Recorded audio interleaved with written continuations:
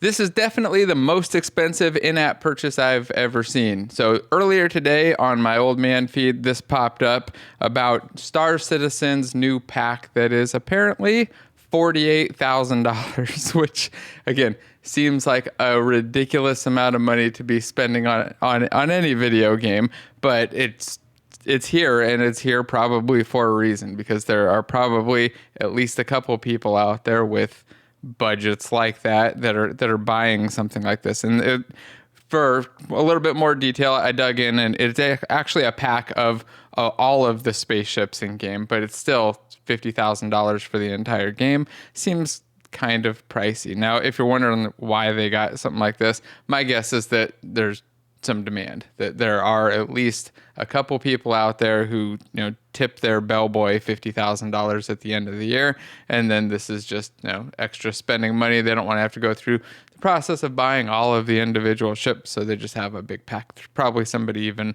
requested this. It wouldn't surprise me, but I do wonder what everybody thinks about things like these. I think it's an insane amount of money to be spending. I can understand why they would want to sell it, and I can understand some people that would want to buy it.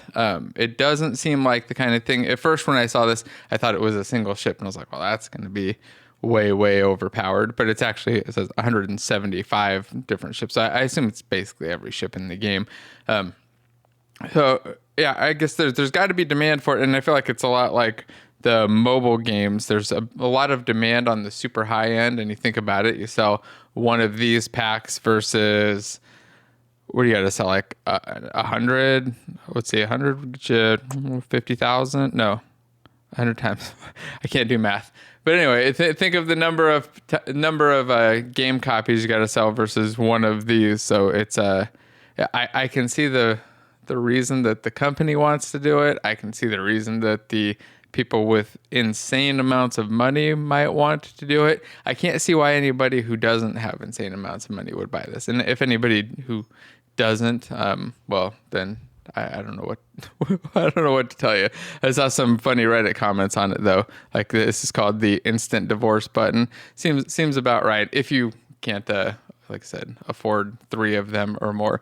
Anyway, what do you guys think of this thing? Is it crazy? It seems kind of crazy, but it also probably exists for a good reason, which is also a little bit crazy. Anyway, just wanted to see your thoughts. Drop them in the comments below, and I'll see you in the next video. Bye.